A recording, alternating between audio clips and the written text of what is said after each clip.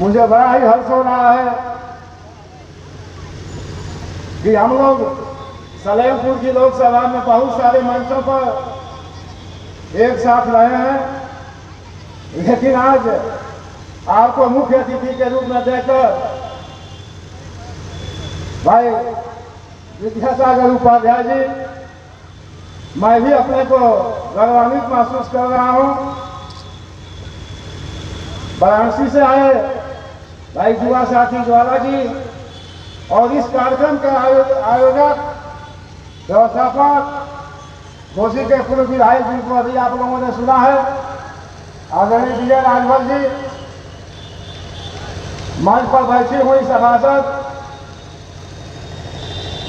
आदरणीय शालिनी राजभर जी, यहाँ पर मंच पर बैठे हुए सभी ब्लॉकों के ब्लॉक अध्यक्ष, प्रधानगण, जिला पंचायत के सदस्यगण, यहाँ भारी संख्या में उपस्थित सम्मानित भाइयों एवं बहनों, गायक साथियों, पत्रकार बंधुओं, आज माँ सरस्वती जी का भी वंदन पूजन होता है।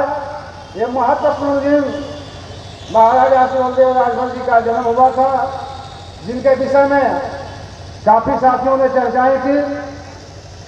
हम उधर नहीं जाना चाहते, लेकिन साथियों आज उनका जन्मोत्सव मनाया जा रहा है और जन्मोत्सव के दिन आप सब इतनी काफी संख्या में यहाँ उपस्थित हैं, तो यहाँ से कुछ सीख लेकर के जानी होगी, कुछ प्रण करके जाना होगा। सिर्फ ये नहीं कि आप गाड़ी घोड़ा करके यहाँ आ गए, भाषण सुन लिए, फूल माला चढ़ा लिए और फिर घर चले गए, ऐसे समाज का कल्याण नहीं होगा। जिन परिस्थितियों में महाराजा सुहेलदेव जी ने विदेशिया क्रांताओं से युद्ध किया था और उनका वध भी किया था, करीब 150 वर्षों तक कोई मुगल आक्रमणकारी भारत की तरफ देखने का नाम नहीं लिया था। लेकिन बाद में जब मुगल फिर आ गए,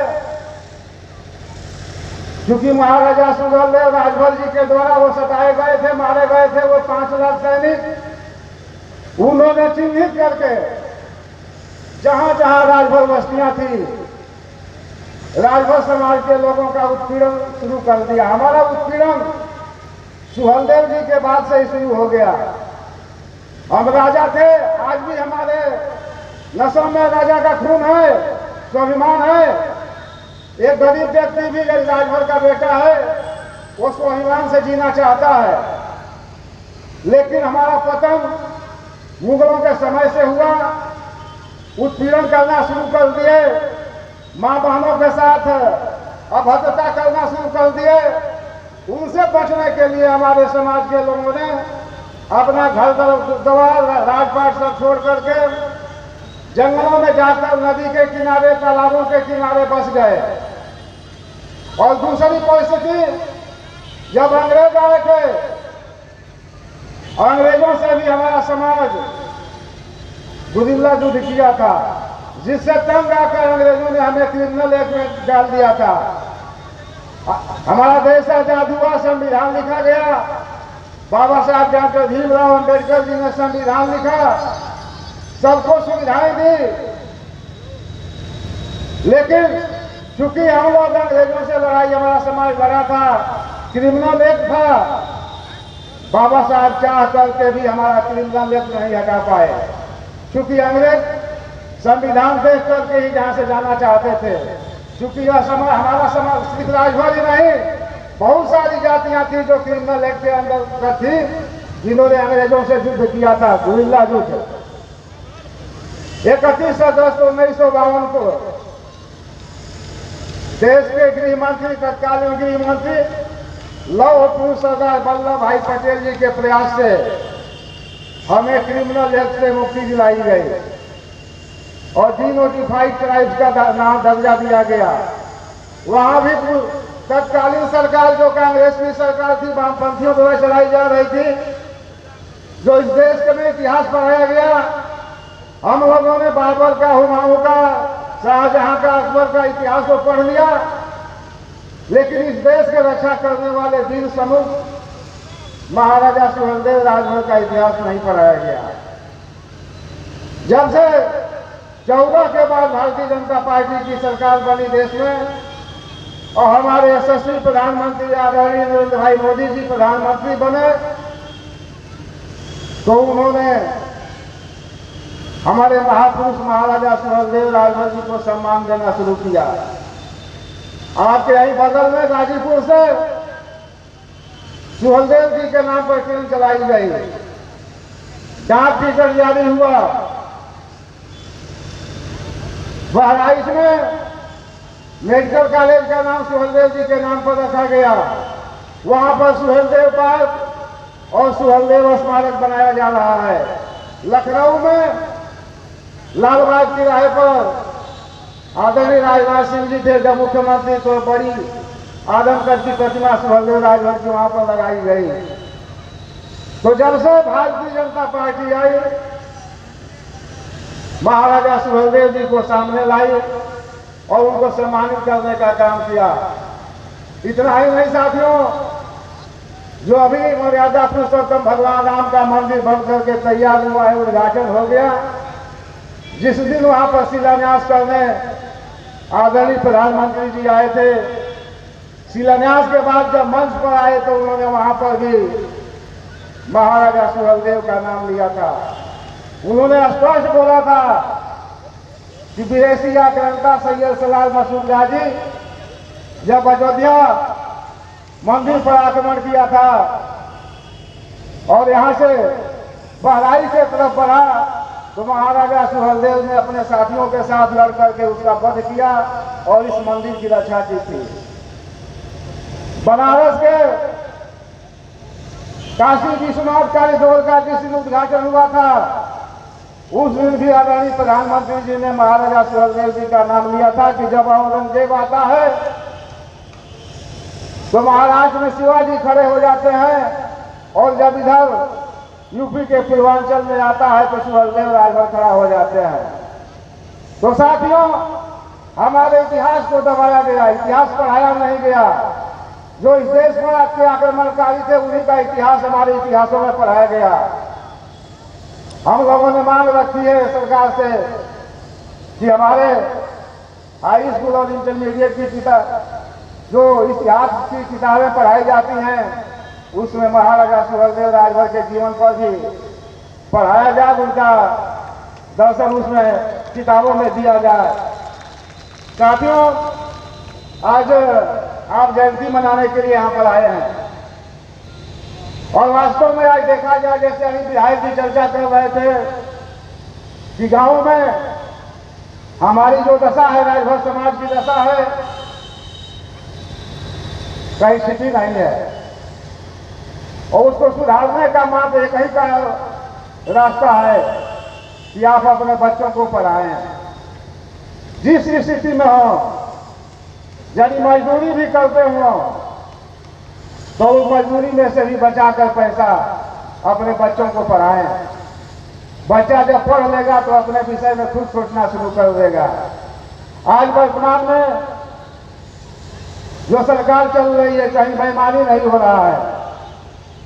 जो लड़का पुलिस में भर्ती होने लायक है, वो मेहनत करे, पढ़े और दौड़े सुबह। आप लोग देखते होंगे, देख कर की नकल भी करनी चाहिए। हमारे यादव समाज के लड़के हम लोग जाते हैं, सुबह से हम निकलते हैं सड़कों पर, तो जहाँ यादव बस्तियां हैं वो सड़कों पर कच्ची बनियान में दौड़ते हुए दिखाई देते हैं। और वहीं हम अपने राजभर बस्ती के पास जाते हैं, शाम हो गई है तब भी लाइट जलाकर हमारे बच्चे ताश खेलते हुए दिखाई देते हैं। ऐसे में कहाँ आप तरक्की कर पाएंगे? मेहनत करनी पड़ेगी और मेहनत जो किए हैं हमारे समाज के भी लोग जो मेहनत किए हैं, आज डॉक्टर, इंजीनियर, प्राइमरी स्कूल के टीचर, इंटरमीडिएट कॉलेज में टीचर, डिग्री कॉलेजों में प्रोफेसर हुए हैं, वैज्ञानिक हो रहे हैं, IAS भी बन रहे हैं।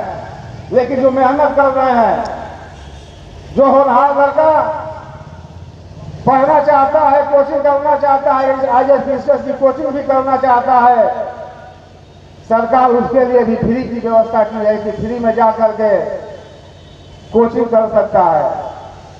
तो इन सारी योजनाओं का लाभ आपको लेना चाहिए। अभी कुछ दिन पहले हम लोग गांव में जा रहे थे, सरकार के द्वारा विकसित भारत संकल्प यात्रा निकली थी। जो सरकार की योजनाएं चलाई जा रही हैं उनके विषय में बताया जा रहा था, उससे भी आप लाभ ले सकते हैं। प्रधानमंत्री विश्वकर्मा योजना जो अभी लॉन्च हुई है, उसमें आपको फ्री की ट्रेनिंग है, पैसे मुहैया कराए जा रहे हैं आपको रोजगार करने के लिए।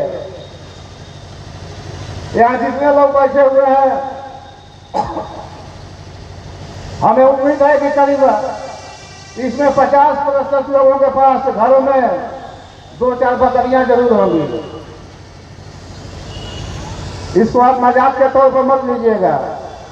सरकार बकरी पालन के लिए 1 करोड़ रुपया दे रही है और उसमें 60 लाख रुपया छूट है, सिर्फ 40 लाख रुपया देना है। गाय पालने के लिए उसमें भी करोड़ों रुपया मिल रहा है, मुर्गी पालन में भी 4 करोड़ 5 करोड़ तक रुपया मिल रहा है और सब में 60% की छूट है। आप कृषि विभाग में जाएंगे, एक ट्रैक्टर से जो धान कूटने वाली मशीनें मिल रही हैं वो भी सरकार दे रही है आपको 60% छूट पर, सब्सिडी उसमें मिल रहा है। तो जो साथी पढ़ने में काबिल हो, सोच रहे हो कि हम नौकरी ले लेंगे, मास्टर बन जाएंगे, डॉक्टर इंजीनियर बन जाएंगे, वो पढ़ाई करें। लेकिन जो ये सोच रहे हो कि वर्तमान सरकार में हम नकल करके घूस लेकर के नौकरी कर पाएंगे, तो संभव नहीं है। यहाँ ईमानदारी से काम हो रहा है, कहीं पर एक पैसा नहीं लग रहा है। जो क्वालिफाई कर रहा है उसको नौकरियां मिल रही हैं। तो जो इस लायक नहीं हो पा रहे हैं, जो कामयाब नहीं हो पा रहे हैं, बिजनेस की तरफ आप क्यों नहीं जा रहे हैं? सरकार तमाम तरह का बिजनेस आपको देने के लिए तैयार है और सब में सब्सिडी है, छूट है।